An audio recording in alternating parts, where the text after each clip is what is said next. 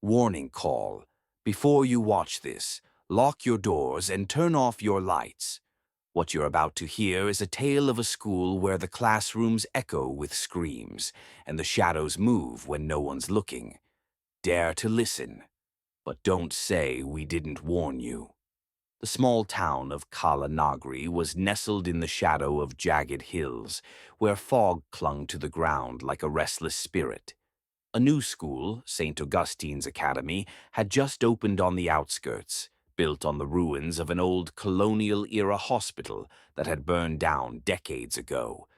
The townsfolk whispered about the land, cursed, they said, after a fire claimed the lives of patients and staff.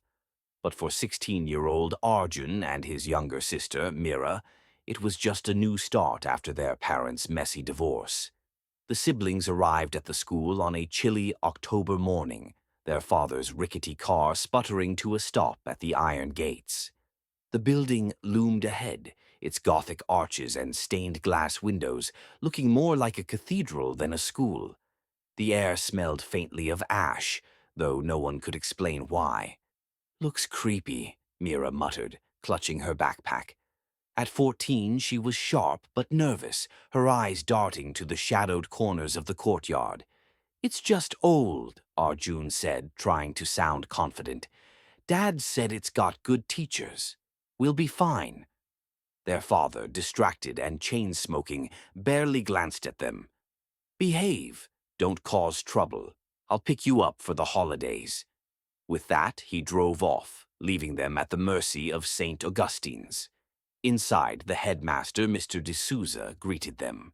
He was a thin man with a permanent smile that didn't reach his eyes. "Welcome to St. Augustine's," he said, his voice smooth as oil. "This is a place of discipline and discovery. Follow the rules, and you'll thrive." Arjun noticed the rules pinned to the notice board. No wandering after 9 p.m., no entering the basement, and never, ever open the locked door in the west wing. Meera nudged him, whispering, "Why do they need rules like that?" The first few days were uneventful.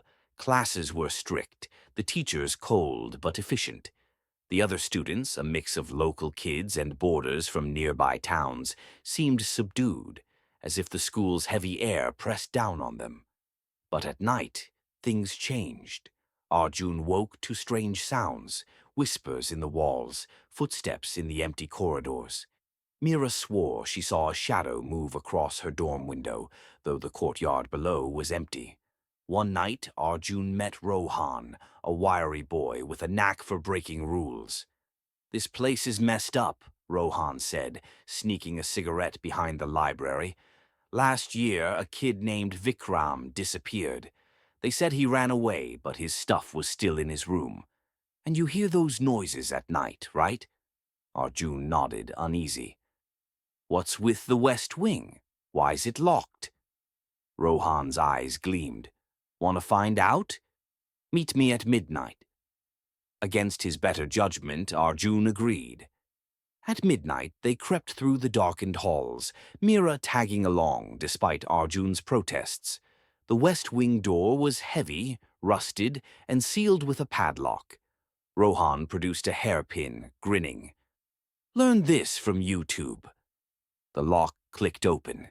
Inside, the air was thick, the smell of ash overwhelming. The corridor was lined with old hospital beds, their metal frames twisted and charred. Meera grabbed Arjun's arm. "We shouldn't be here," she whispered. Then they heard it, a low, guttural moan, like someone in pain. The temperature dropped, their breath visible in the dim light. A shadow flickered at the end of the hall, tall and distorted, with no clear shape. Rohan cursed and bolted, but Arjun froze, staring as the shadow seemed to turn toward them.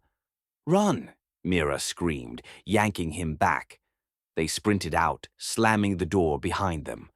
Back in their dorms, hearts pounding, they swore never to speak of it. But the next morning, Rohan was gone. His bed was empty, his belongings untouched. The school didn't acknowledge Rohan's disappearance.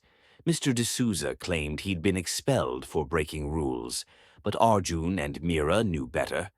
The other students avoided their questions, their eyes downcast. The whispers in the walls grew louder, now forming words. Find us. Help us. Arjun and Meera decided to investigate. They recruited Priya, a quiet girl from Meera's class who'd overheard them talking. Priya was a history buff and had found old newspaper clippings in the library about the hospital fire. It wasn't an accident, she said, spreading the clippings on a table. The hospital was shut down before the fire. There were rumors of experiments, patients going missing, strange surgeries. Then the fire happened and everyone inside died. Why build a school here? Arjun asked. Priya shrugged. Cheap land, but I think something stayed behind. That night they snuck into the library to dig deeper. The air grew heavy, the lights flickering. Priya found a hidden drawer in the librarian's desk containing a journal from Dr. Elias, the hospital's head surgeon. The entries were chilling. The procedure binds their souls to the building. They cannot leave, but neither can we. As they read, the temperature plummeted. Books fell from shelves, and a voice hissed, "You shouldn't be here." A figure appeared in the doorway, not human, but a mass of writhing shadows with glowing eyes. Meera screamed, and Arjun threw a chair, distracting it long enough for them to escape. Back in their dorm, Priya clutched the journal. "We need to know what they did here," she said. "If we don't, we might end up like Rohan." The next day, strange things started happening. Arjun's reflection in the bathroom mirror moved before he did. Meera found her notebook filled with scrawled pleas for help, though she hadn't written them. Priya saw a burned handprint on her desk. The school felt alive watching them. They decided to confront Mr. D'Souza. "What's going on here?" Arjun demanded in his office. The headmaster's smile faltered. "You're imagining things," he said. "Focus on your studies." But that night, Meera woke to find her dorm door open, a trail of ash leading into the hall. She followed it, heart pounding, and found herself at the west wing door again. It was ajar. Inside, she saw a vision, patients strapped to beds, screaming as flames consumed them. A voice whispered, "You're next." She ran back, waking Arjun and Priya. "We're not safe here," she sobbed. "They want us." The trio decided to uncover the truth about the hospital. Priya's research revealed a ritual described in Dr. Elias's journal, a twisted experiment to trap souls in the building, binding them to serve some unknown purpose. The fire had interrupted the ritual, leaving the spirits trapped and angry. "We need to finish it," Priya said, "or destroy it." Arjun wasn't convinced. "You want to mess with a ritual that killed people?" "We don't have a choice," Meera said. "They're coming for us." They found a map in the journal, pointing to the basement as the ritual's heart. The basement was off limits, but they broke in using Rohan's hairpin trick. The air was suffocating, the walls lined with strange symbols carved into the stone. In the center was a circle of ash, surrounded by rusted surgical tools. As they explored, the shadows attacked. Arjun saw a burned figure lunge at him, its face half melted. Priya screamed as hands grabbed her ankles from the floor. Meera clutched the journal, reading aloud a chant to banish the spirits. The air pulsed, the shadows retreating, but only for a moment. "We need to burn the circle," Priya said, pulling out a lighter. "It's what anchors them." They poured lamp oil from a janitor's closet over the ash circle and lit it. The flames roared, and so did the spirits. The building shook, windows shattering. A voice boomed, "You cannot undo what was done." They ran, but the spirits pursued, their forms growing more solid. Burned patients, nurses, a doctor with a scalpel. In the chaos, Priya tripped, and a shadow dragged her into the dark. Arjun and Meera screamed for her, but she was gone. Back in their dorm, they realized the journal was missing. "They took it," Meera whispered. "They're not done with us." The school became a nightmare. Students started vanishing one by one, their screams echoing at night. Arjun and Meera were haunted by visions, Rohan's face in the mirror, Priya's voice calling from the walls.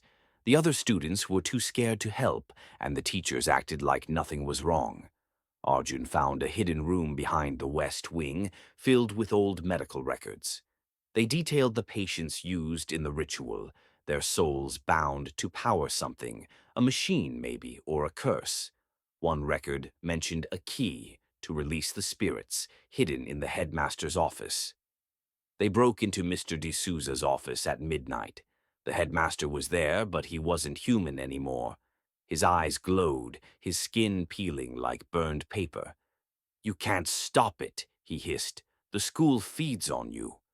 Arjun grabbed a brass key from the desk as Meera threw a lamp at the headmaster, who dissolved into ash. They ran to the basement, where the key fit a locked chest in the ritual circle. Inside was a crystal pulsing with red light. Arjun smashed it, and the building screamed, a sound that shook their bones. The spirits appeared, not attacking, but pleading. "Free us," they whispered. Meera realized the ritual wasn't complete without a final sacrifice. "Someone has to stay," she said, tears streaming down her face. Arjun shook his head. "No way.